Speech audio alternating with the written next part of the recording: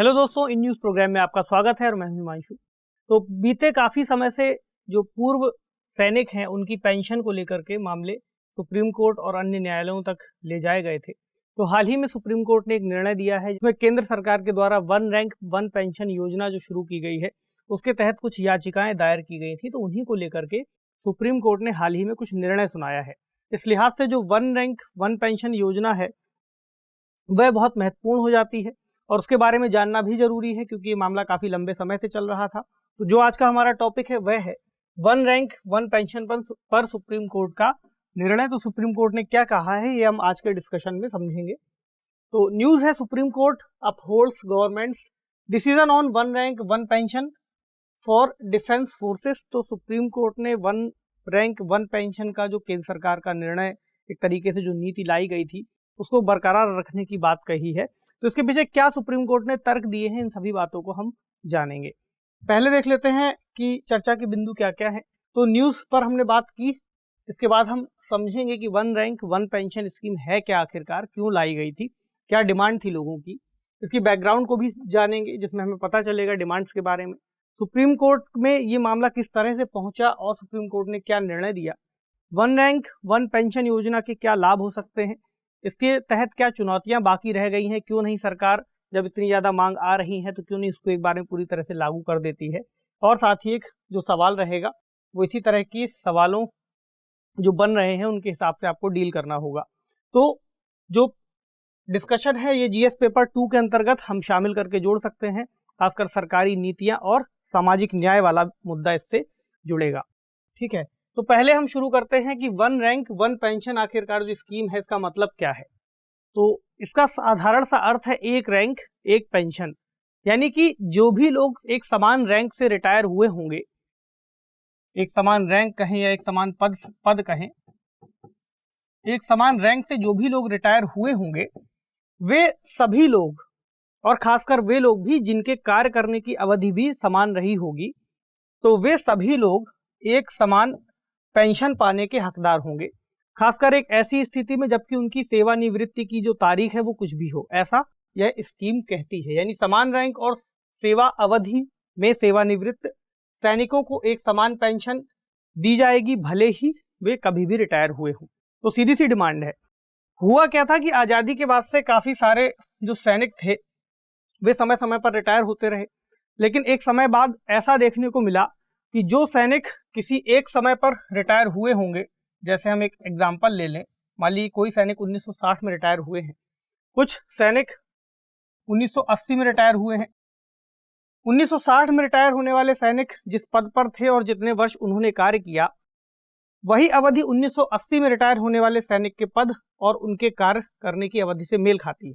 लेकिन यहाँ पर जो उनको मिलने वाली पेंशन होगी वो एक समान नहीं रह गई, ऐसा देखा गया। तो उसके बाद से लेकर ये डिमांड्स हमें देखने को मिली। एक एग्जांपल था समझने के लिए।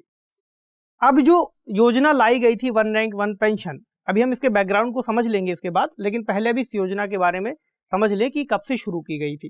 तो इसको 7 नवंबर 2015 से स्वीकृति मिली थी और लागू करने का निर्णय लिया गया था, और 2015 में निर्णय लिया गया था इसको पिछली तारीख से, यानी 1 जुलाई 2014 से इसको प्रभावी माना गया। इसके मुताबिक जो लोग 30 जून 2014 तक रहे होंगे उनको इस योजना का लाभ मिल सकता था। ठीक, अब इस योजना की खास बात ये रखी गई कि हर 5 साल में इसको संशोधित किया जाएगा। ये एक बड़ी बात थी, मतलब जो सैनिक थे उनकी डिमांड ये थी कि जो योजना लाई गई है वो उसी समय से लागू हो जाए और हर साल के हिसाब से जो भी वेतन वृद्धि होती है वो लगातार लागू मानी जाए। लेकिन सरकार ने क्या कहा कि हम 5 साल में इसको संशोधित करेंगे और संशोधन के हिसाब से देखेंगे कि 5 साल बाद जितनी वृद्धि हो चुकी है या हुई होगी उसको हम फिर पिछले के हिसाब से लागू करेंगे, और 4 समान अर्धवार्षिक किश्तों में जो बकाया होगा, एरियर्स निकलेंगे, उनका भुगतान किया जाएगा, ऐसा कहा गया। इसकी पृष्ठभूमि को हम समझते हैं तभी हमको यहाँ तक भी जो कहानी है वो समझ में आएगी। तो जो पूर्व सैनिक है उनका लगभग 40 से अधिक सालों तक इसकी डिमांड का एक इतिहास रहा है। वे मांग लगातार करते रहे हैं कि वन रैंक वन पेंशन को लागू किया जाए।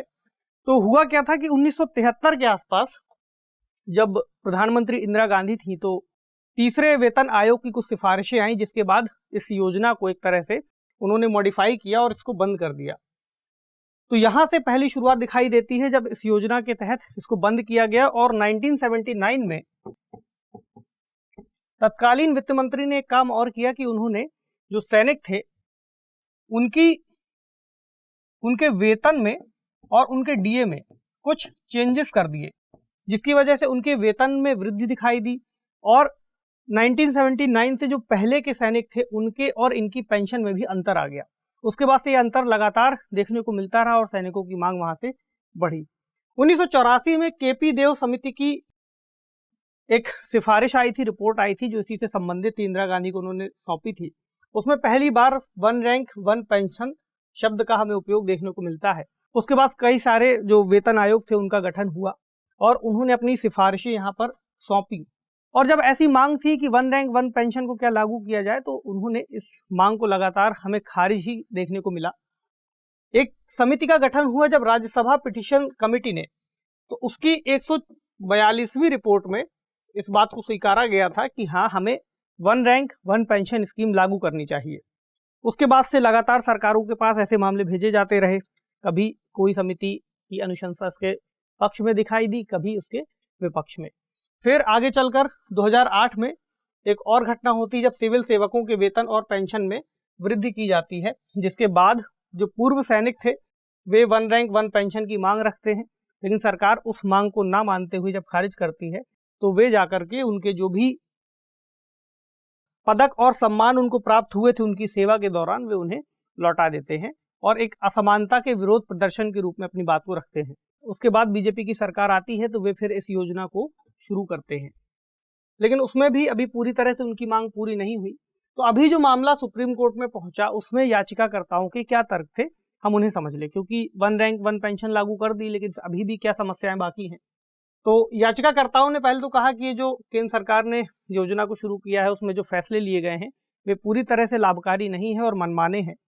तो इसमें जो 5 वर्षों में संशोधन की बात कही गई है उससे अधिक उम्र के जो पेंशन भोगी हैं उनको नुकसान होता है। तो ऐसा कहा गया है कि 5 सालों में जब संशोधन होगा तो जो अधिक वर्ष के पेंशन प्राप्त करता है हो सकता है वे उस समय तक फिर मौजूद ना रहे, तो उनकी पेंशन का जो लाभ उनको मिलना चाहिए था वो उस समय ना मिल पाया उन लोगों को। इसके अलावा समान रैंक के जो सैनिक हैं उनका भी एक समान वर्ग मौजूद नहीं है, ऐसा भी कहा गया है, क्योंकि यहाँ पर 2 स्कीम्स के तहत सैनिकों को रखा गया है। यहाँ पर पहली है modified assured career progression scheme यानी MACP और दूसरी है ACP यानी एश्योर्ड करियर प्रोग्रेशन स्कीम।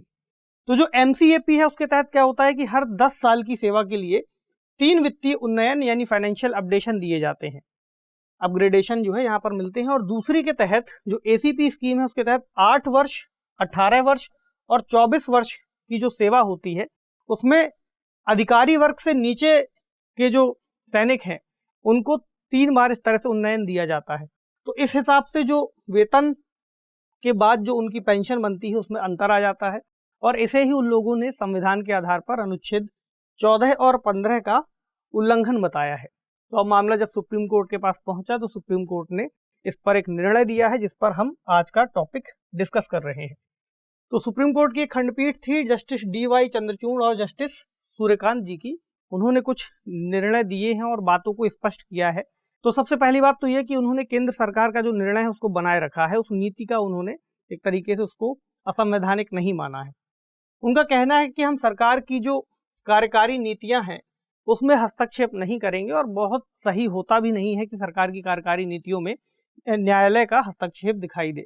केवल उन्हीं मामलों में हम हस्तक्षेप करेंगे या ऐसे ही मामलों को देखेंगे जहां पर संवैधानिक उल्लंघन किसी मुद्दे पर दिखाई दे।